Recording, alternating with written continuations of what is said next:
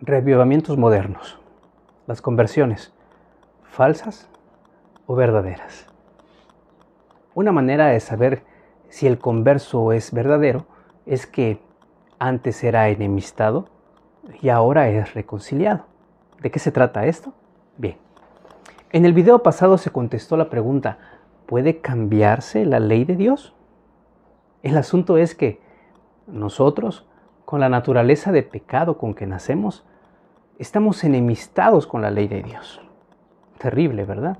Pues bien, es obra de la conversión y de la santificación reconciliar a los hombres con Dios y ponerlos de acuerdo con los principios de su ley.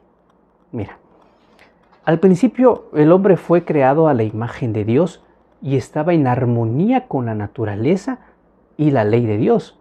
Los principios de justicia estaban grabados en su corazón. Pero el pecado lo separó de su creador. Después de esto, ya no reflejaba la imagen divina. Su corazón se puso en guerra con los principios de la ley de Dios. Romanos, en el capítulo 8, verso 7, lo dice de la siguiente manera. Por cuanto los designios de la carne son enemistad contra Dios, porque no se sujetan a la ley de Dios, ni tampoco pueden. Pero de tal manera amó Dios al mundo, que dio a su Hijo unigénito. Y eso para que el hombre fuese reconciliado con Dios. Entonces, el corazón debe ser renovado por la gracia divina y recibir nueva vida de lo alto. Este cambio es el nuevo nacimiento, sin el cual, dijo Jesús, nadie puede ver el reino de Dios. Así que el primer paso hacia la reconciliación con Dios es la convicción del pecado. Primera de Juan capítulo 3 verso 4 dice, todo aquel que comete pecado infringe también la ley, pues el pecado es infracción de la ley. Y Romanos en el capítulo 3 verso 20 dice, ya que por las obras de la ley ningún ser humano será justificado delante de él, de Dios, porque por medio de la ley es el conocimiento del pecado. Así que, para reconocer su culpabilidad, el pecador debe medir su carácter por la gran norma de justicia que Dios dio al hombre, la ley de Dios. Esta ley es un espejo que le muestra la imagen de un carácter perfecto y justo y al mismo tiempo le permite ver los defectos de su propio carácter. La ley le revela al ser humano su pecado, pero no le da ningún remedio para ello. Promete la vida a quien obedece y muerte al transgresor.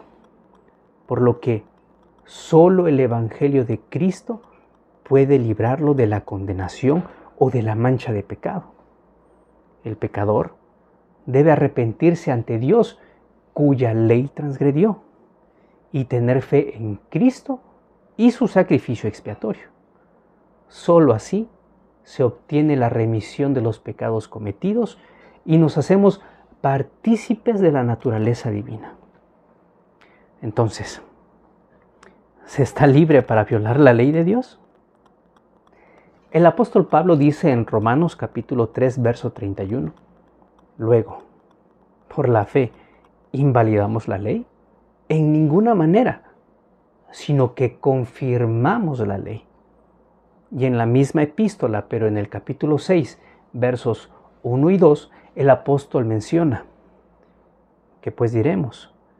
¿Perseveraremos en el pecado para que la gracia abunde? En ninguna manera, porque los que hemos muerto al pecado, ¿cómo viviremos aún en él?